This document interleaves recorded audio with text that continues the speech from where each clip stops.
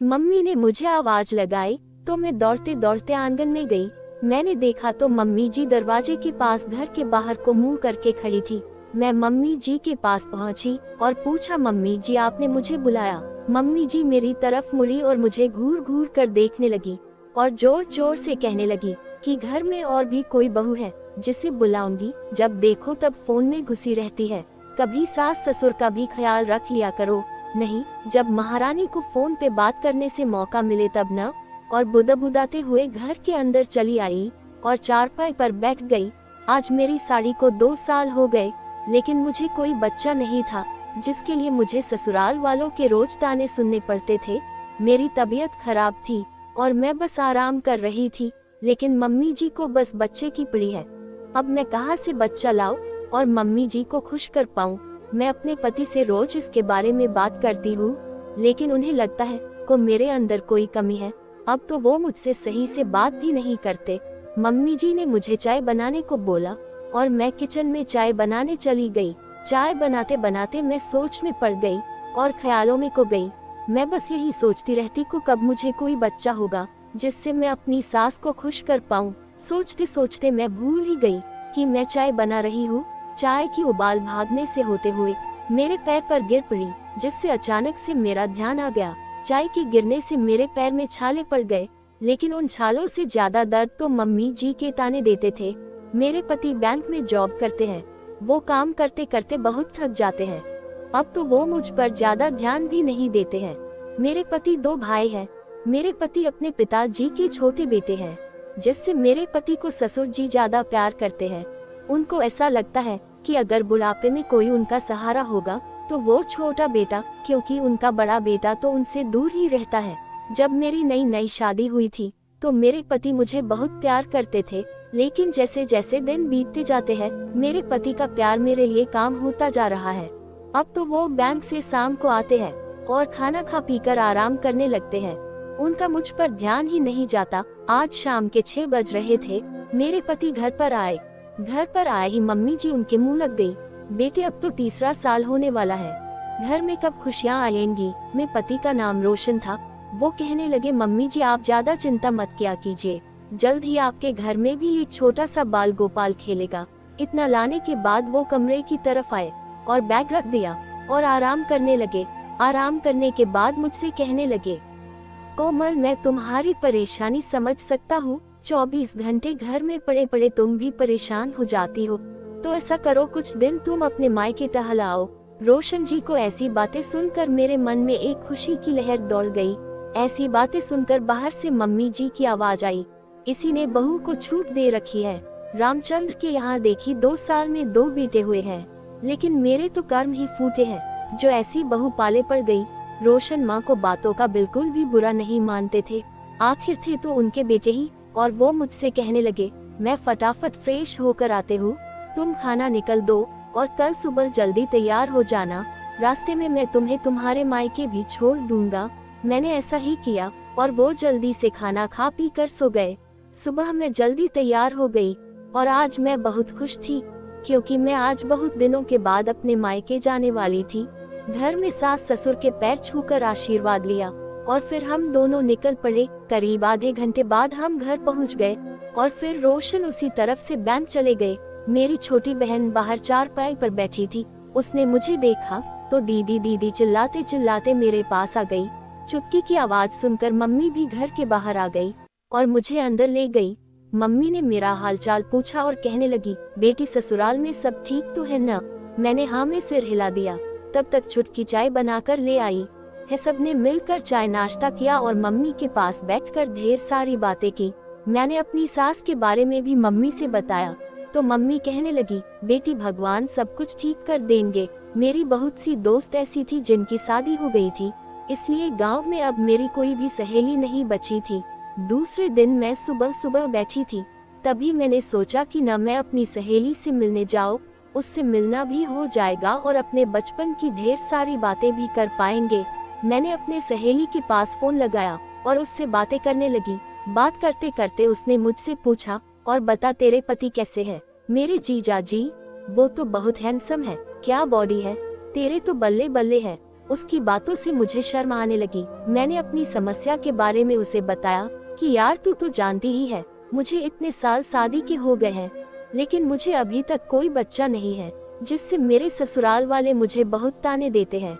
मेरी ऐसी बातें सुनकर वो पूछने लगी, अच्छा ये बता कमी तेरे अंदर है या फिर जीजा जी के अंदर? मैंने कहा मैं क्या बताऊं यार, मैंने तो कई बार डॉक्टर को भी दिखाया, तो डॉक्टर ने बताया कि मैं पूरी तरह से ठीक हूँ। अब तू ही बता, तेरे तो तीन बच्चे हैं। उसने मुझसे कहा, एक काम कर, तू कल मेरे घर पर आ जा, वहीं बैठकर बातें करते हैं। उसका घर मेरे घर से करीब 40 किलोमीटर दूर है। मैं दूसरे दिन उसके शहर पहुंच गई और वो मुझे लेने के लिए अपने शहर के चौराहे पर आ गई। हम लोग घर पहुंच गए और मैं काफी थक गई थी, जिससे हम आराम करने लगे। मेरी सहेली सुषमा के पति डॉक्टर थे। सुषमा ने बताया कि अगर तुम्हें बुरा न लगे तो क्या मेरे पति तुम्हारा चेकअप करे और देखे कि आखिर बात क्या है। मैं हंसने लगी और कहने लगी, क्या यार इसमें बुरा लगने वाली क्या बात है, अगर तुझे कोई ऐतराज न हो। सुषमा के पति शाम को घर पर आए तो सुषमा ने उन्हें सारी बात बताई। मैं सुषमा से सुंदर थी, इसलिए सुषमा के पति मुझे बार बार देख रहे थे। मैं बाएं उनके ऊपर से नजरें नहीं हटा पा रही थी। सुषमा के पति ने मुझसे बेड पर लेटने के लिए कहा। बेड पर लेट गई। सुषमा के पति चेकअप करने लगे। उन्होंने बताया कि मेरे अंदर कोई कमी नहीं है। उसके बाद वो आराम करने चले गए। आज सुषमा के पति रात में अकेले ही लेते थे, क्योंकि सुषमा और मैं आज एक साथ दूसरे रूम में लेती थी। है दोनों बातें करने लगे। तभी सुषमा ने मुझे बताया कि अगर तेरे अंदर कोई कमी नहीं है तो तेरे पति के नादर कोई कमी होगी। उनसे मुझे सलाह दी कि मैं किसी दूसरे के साथ संबंध बनाऊं, जिससे मेरे ससुराल वाले बच्चा पाकर खुश हो जाएंगे और मुझे रोज रोज के तानों से छुट्टी मिल जाएगी। मैं समझ रही थी कि मेरी दोस्त मुझसे क्या कहना चाहती है, लेकिन मैं एक सुशील और गुणवान बहू और बेटी हूँ और किसी को पत्नी हूँ जो मुझ पर बहुत भरोसा करता है। मैं ऐसे बंधनों में बंधी थी जिनसे निकालना मेरे लिए बहुत मुश्किल हो रहा था। एक बेटी का दर्द और एक पत्नी का दर्द मैं कैसे किसी को बताऊं। मेरे लिए मेरे पति की इज्जत ही सब कुछ थी। इन सब बातों को सोच सोच कर मेरा दिमाग बहुत थक गया था। मेरे दोस्त ने मुझसे कहा, अगर तुम कहो तो मैं अपने पति से तुम्हारे बारे में, लेकिन पवित्र आत्मा इसके लिए जवाब नहीं दे रही थी। मैंने अपनी दोस्त को ऐसा कुछ भी करने से मना कर दिया और दूसरे दिन सुबह अपनी ससुराल लौट आई। मुझे देखते ही जैसे मेरी सासू माँ की आंखों में लाल लाल खून उतर आता हो, लेकिन मैं मजबूर थी। मैंने ससुराल में ये सभी बातें छिपाई कि कमी किसके अंदर है और आज तक मुझे बच्चा क्यों नहीं है। मुझे खुद से ज्यादा अपने पति की इज्जत प्यारी है। मैं अपने सास ससुर की सेवा में लग गई। अब तो सासू माँ भी धीरे धीरे मुझसे कहना बंद करने लगी। मेरे ससुर जी बहुत सीधे थे। उन्होंने कभी भी मेरे बच्चे के न होने से दुख नहीं हुआ। शायद उन्हें पहले से ही अपने बेटे के बारे में कुछ पता हो या फिर उनका मन चरित्र साफ हो। अब सासू माँ ने धीरे धीरे मुझसे कहना छोड़ दिया। सासू माँ की खामोशी अब मुझे चिंता में डाल रही थी, क्योंकि वंश को आगे बढ़ाने वाला घर में कोई तो चाहिए। अब मुझे चिंता सताने लगी। जैसे जैसे उम्र गुजर रही थी मेरी चिंता बढ़ती जा रही थी। मैं ज्यादा सोच में पड़ने लगी। फिर मुझे मेरी सहेली की बातें सही लगने लगी। अब मुझे लगने लगा कि वो सही बोल रही थी। अगर मैंने उस समय कुछ किया होता तो शायद आज मेरी गोद सूनी न होती। मैंने उसके बारे में बहुत सोचा। तभी मुझे याद आया कि इसी शहर में मेरे जेठ जी रहते हैं। हालांकि कुछ अनबन बातों से ससुर जी अपने बड़े बेटे से नाराज हैं, लेकिन मुझे एक बार उनसे मिलना चाहिए। ससुर जी कभी उनके घर नहीं जाते थे। जब मेरी शादी रोशन से हुई थी उसके 1 साल पहले जेठ जी की पत्नी का देहांत हो गया था, जिससे जेठ जी अकेले ही घर में रहते हैं। मैं उनसे इससे पहले सिर्फ एक बार अपनी शादी में मिली थी। जेठ जी की पत्नी के गुजरने के बाद वो घर पर कभी नहीं आए। मैंने उनसे मिलने का प्लान बनाया। अगले दिन सुबह रोशन के ऑफिस चले जाने के बाद मैं मम्मी और पापा जी को मार्केट जाने को बोल के शहर चली गई। जेठ जी का घर करीब 5 किलोमीटर ही दूर है, तो मुझे ज्यादा समय नहीं लगा और मैं उनके घर पहुंच गई। मैंने दरवाजे की कुंडी खटखटाई। अंदर से किसी को आवाज आई, रुको आया। तभी किसी ने दरवाजा खोला। मैं उसे देखते ही रह गई। खोली वो कोई और नहीं बल्कि जेठ जी थे। वो स्नान कर रहे थे और टॉवल में ही दरवाजा खोलने आ गए। जेठ जी काफी हैंडसम थे और उनकी बॉडी के क्या कहने, वो लंबाई में रोशन से भी ज्यादा थे। मैं उनको देखकर इन पर मोहित हो गई। जेठ जी ने मुझे देखा और कहा, अरे कोमल तुम आओ, अंदर आओ। आज इधर कैसे आना हुआ? सब ठीक तो है ना? मैंने कहा हाँ सब ठीक है, मैं तो बस मिलने चली आई। वो मुझसे कहने लगे रुको मैं अभी चाय बना के लाता हूँ। मैंने कहा रुकिए, उसकी कोई जरूरत नहीं है। इतना कहने के बाद मेरा चेहरा उदास हो गया, मेरी पलकें भीग गई और आंखों से आंसू निकल पड़े। जेठ जी ने पूछा क्या हुआ कोमल, तुम इतना उदास क्यों हो? मैंने उन्हें सास ससुर के बारे में सब कुछ बताया और बताया कि मैं अभी तक माँ नहीं बनी हूँ। तो वो कहने लगे मैं समझ सकता हूँ, ऐसे ही बोल बोल कर मेरी माँ ने मेरी पत्नी को मार दिया, लेकिन तुम्हारे साथ ऐसा नहीं होगा, तुम चिंता मत करो। मैंने कहा इसी बात की तो चिंता है, अब मेरी उम्र धीरे धीरे गुजर रही है और मैं अभी तक माँ नहीं बनी। और मैं जेठ जी के गले से लग गई।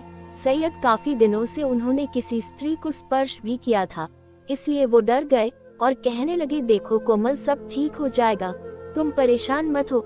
मैंने कहा जेठ जी मेरे पति कभी मुझे मां नहीं बना सकते, इसलिए मैं आपके पास आई हूँ, आप समझ सकते हैं। जेठ जी कहने लगे लेकिन मैं कैसे, अगर किसी को पता चल गया तो समाज में हमारी इज्जत नहीं बचेगी। मैंने कहा जेठ जी सिर्फ मैं और आप इसके बारे में जानते हैं और कोई नहीं।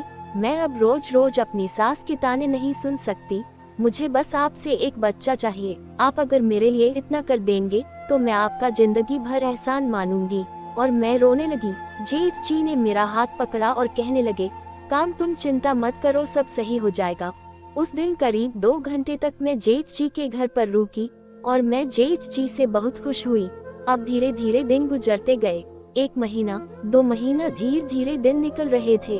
फिर एक दिन जेठ जी मेरे घर पर आए और उन्होंने ससुर जी के पैर छुए और उनसे कहने लगे पापा जी मैं जानता हूँ आपको मेरी वजह से बहुत मुसीबतों का सामना करना पड़ा, लेकिन क्या हम सब साथ नहीं रह सकते? ससुर जी ने उन्हें गले लगा लिए, अब हम सब साथ में रहने लगे। एक दिन ऐसा आया कि मेरे पेट में बहुत तेज दर्द होने लगी और सब लोग मिलकर मुझे अस्पताल ले गए। मेरे साथ क्या हो रहा था मुझे कुछ पता नहीं चल रहा था। थोड़ी देर बाद एक डॉक्टर ने मेरे गोदी में एक प्यारा सा बेबी दिया, जिसे देखकर मैं बहुत खुश थी। मेरे सास ससुर के चेहरे पर खुशी के आंसू थे और वो बच्चे की अपने हाथों से सहला रहे थे। 2 दिन बाद हम सब घर आ गए। अब तो हमारे घर खुशियों की बहार आ गई और हम सब बहुत खुश थे। दोस्तों आपको ये कहानी कैसी लगी कमेंट बॉक्स में जरूर बताना और वीडियो को लाइक करके चैनल को सब्सक्राइब कर लीजिए। मिलते हैं अगली कहानी में, धन्यवाद।